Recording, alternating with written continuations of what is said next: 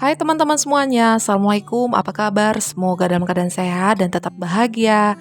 Terima kasih ya teman-teman yang udah mengklik nonton video ini, semoga terhibur dan termotivasi. Tidak terasa ya teman-teman, ini udah puasa hari ketiga dan mudah-mudahan seterusnya sampai dari awal hingga akhir itu lancar, amin ya robbal alamin. Tetapi kalau kita perempuan ini pasti ada aja liburnya ya teman-teman, dan kita harus bisa menggantinya di lain hari. Oke teman-teman, seperti biasa aku seorang ibu rumah tangga beraktivitas di rumah setiap hari dan aku belum bisa bekerja karena masih ada yang harus kuurus. Aku memiliki 2 orang anak kecil, yang pertama kelas 1 SD dan yang kedua itu masih belum sekolah. Ketepatan ya teman-teman, aku di sini masih mengontrak, kemudian masih mengandalkan pak suami aja untuk gaji. Dalam gaji itu seminggu sekitaran 800.000. Nah kami masih untuk tetap menjalankan hidup sederhana ya teman-teman. Ya mudah-mudahan kalau misalnya ada rezeki lebih dan keuangan itu semakin meningkat dan tetap untuk menjalankan hidup sederhana. Untuk aktivitasku aku mulai dari 3:30 pagi dan ini mau masak menu sahur. Sahur kali ini cuma bertiga, pak suaminya libur untuk puasa karena katanya lelah ya teman-teman, kerja bangunan itu lumayan capek, panas matahari itu terik di sini untuk di daerahku. Untuk menu sederhana aku masak tumis kangkung, kemudian sambal ikan teri kacang dan goreng telur. Nah, terik mataharinya itu sangat cerah ya teman-teman di daerahku cuacanya.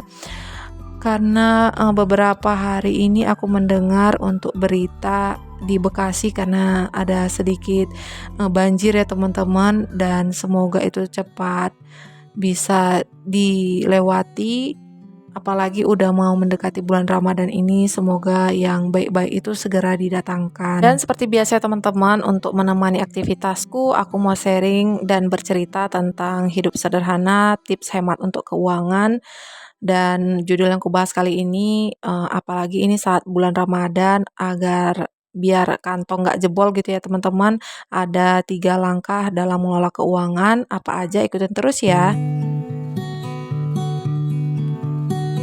Oke teman-teman, tapi sebelumnya jika video ini bermanfaat, jangan lupa bantu support aku dengan tekan tombol subscribe-nya ya, terima kasih.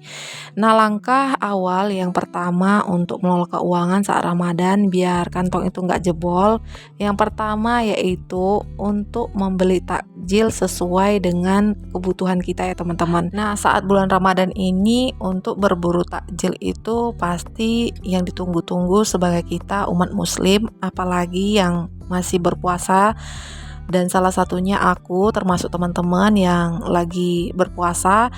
Nah mungkin kita pasti sore-sore itu untuk berburu takjil ya teman-teman.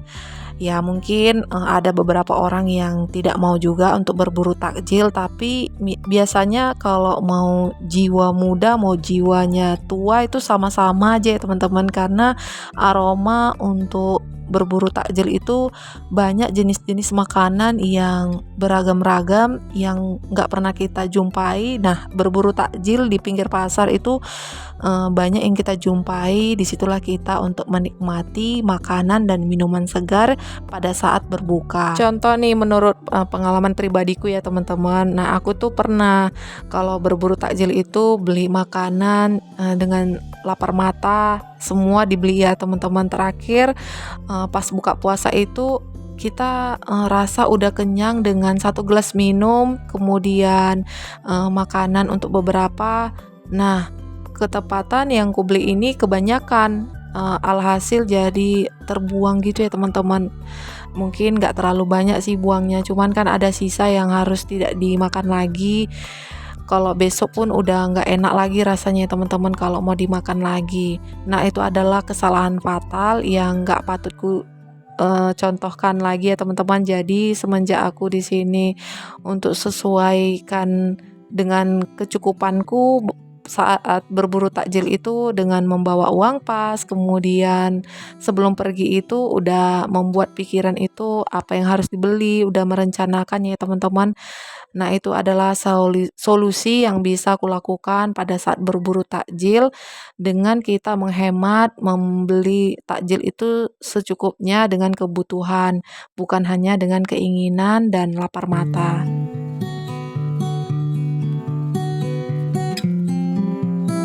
Berikutnya mengelola keuangan saat bulan Ramadan biar kantong nggak jebol itu yang kedua yaitu hindari hutang.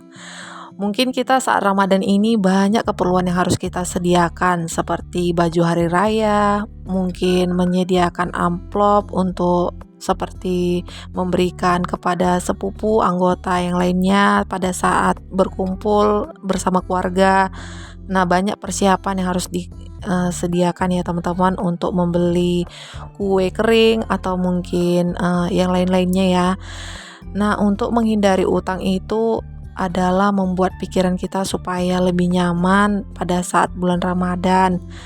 Nah, untuk saat ini seperti pikiranku ya teman-teman, kalau aku sekarang ini berpikir untuk lebih ke bulan 7 ini mau masuk adik Jianya sekolah, jadi aku lebih fokusnya banyak seperti ke situ ya sebenarnya teman-teman. Untuk ke Ramadannya udah direncanakan pada saat bulan awal Januari, sebelum Januari mungkin udah menabung dari tahun lalu sebelumnya maksudnya ya teman-teman.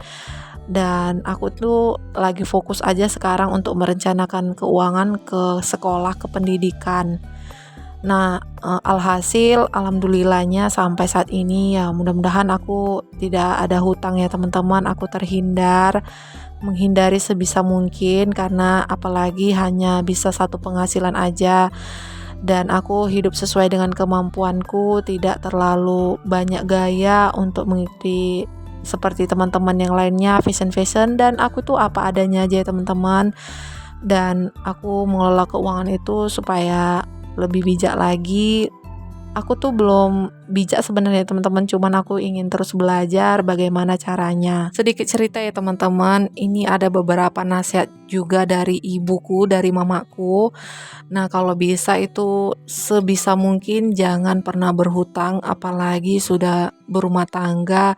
Nah, aku tuh dididik dari sebelum berumah tangga itu diberi sedikit ya teman-teman seperti itu kata-kata, dan mudah-mudahan aku bisa menjauhkan dari hal seperti itu.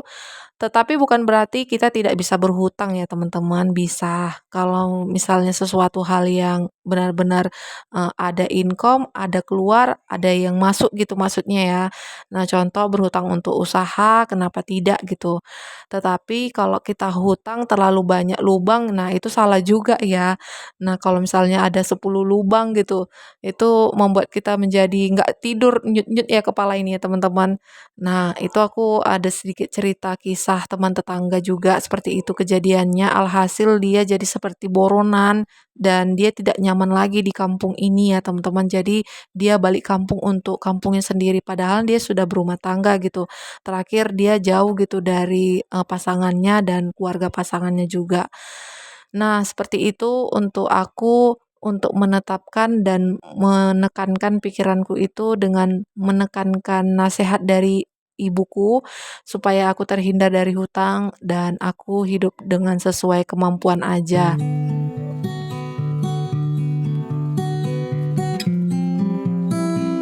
Masih lanjut ya teman-teman membahas biar kantong nggak jebol pada saat bulan Ramadan.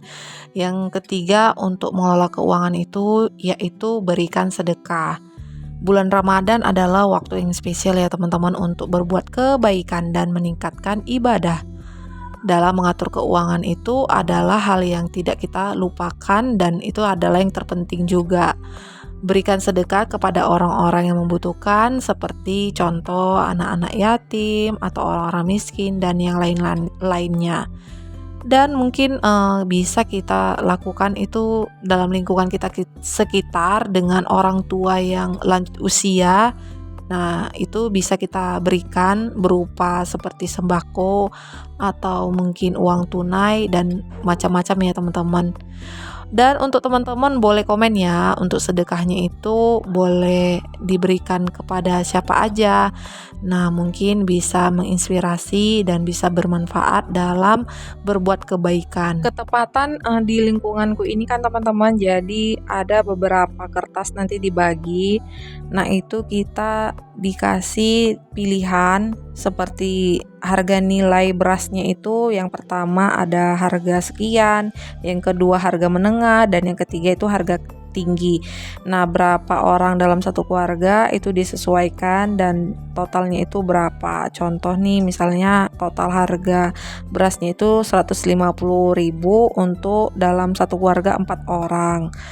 Dan itu bisa dikumpul jadi satu, diberikan kepada bagian untuk masjid, dan itu nanti diberikan juga pada saat udah mau Idul Fitri. 2 hari sebelum Idul Fitri itu udah dibagikan berupa sedekah kepada orang-orang yang membutuhkan. Adapun manfaat yang kita dapatkan dalam berbagi melalui sedekah ini memberikan ruang kebahagiaan dalam hati kita ya teman-teman, rasanya lapang banget.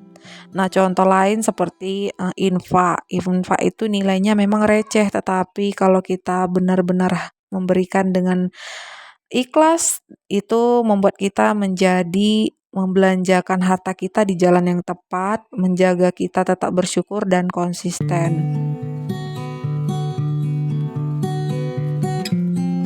Oke, lanjut ya teman-teman, ada tambahan untuk mengelola keuangan supaya kantong itu tidak jebol pada saat bulan Ramadan. Yang terakhir, periksa pengeluaran. Periksa pengeluaran selama bulan Ramadan adalah hal yang terpenting juga yang kita pastikan supaya tidak melebihi anggaran yang udah kita buat.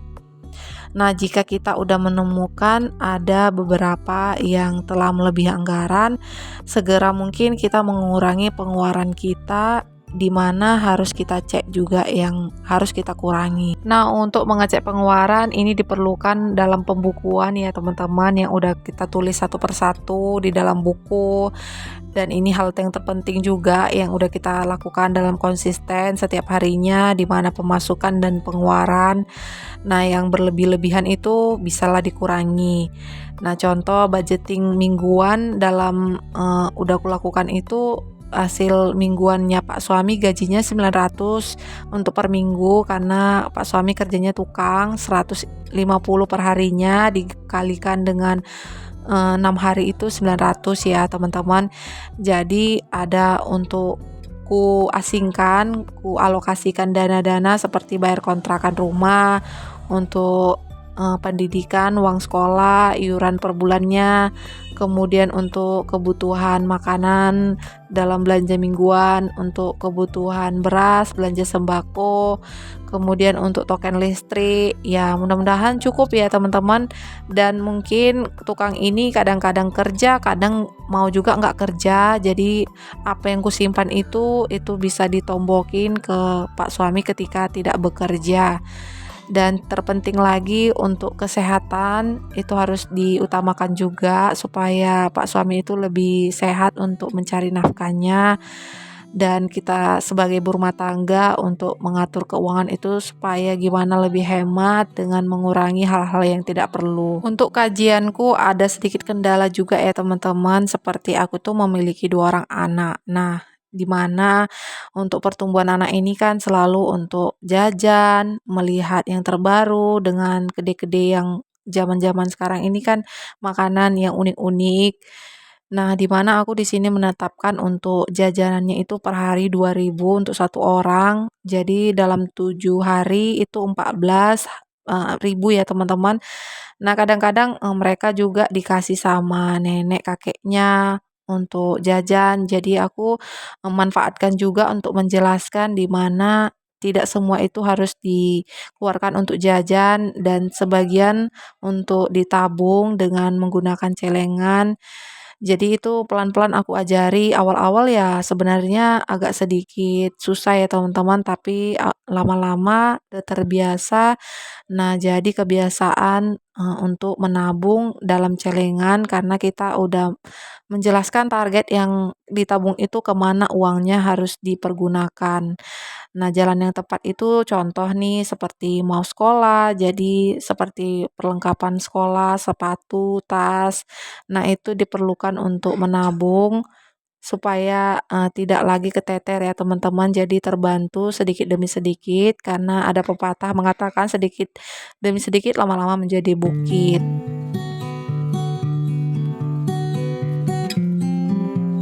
Baiklah teman-teman, itu dia untuk langkah mengelola keuangan supaya tidak jebol kantongnya pada saat bulan Ramadan. Semoga bermanfaat dan teman-teman yang baru menemukan channelku ini jangan lupa support ya.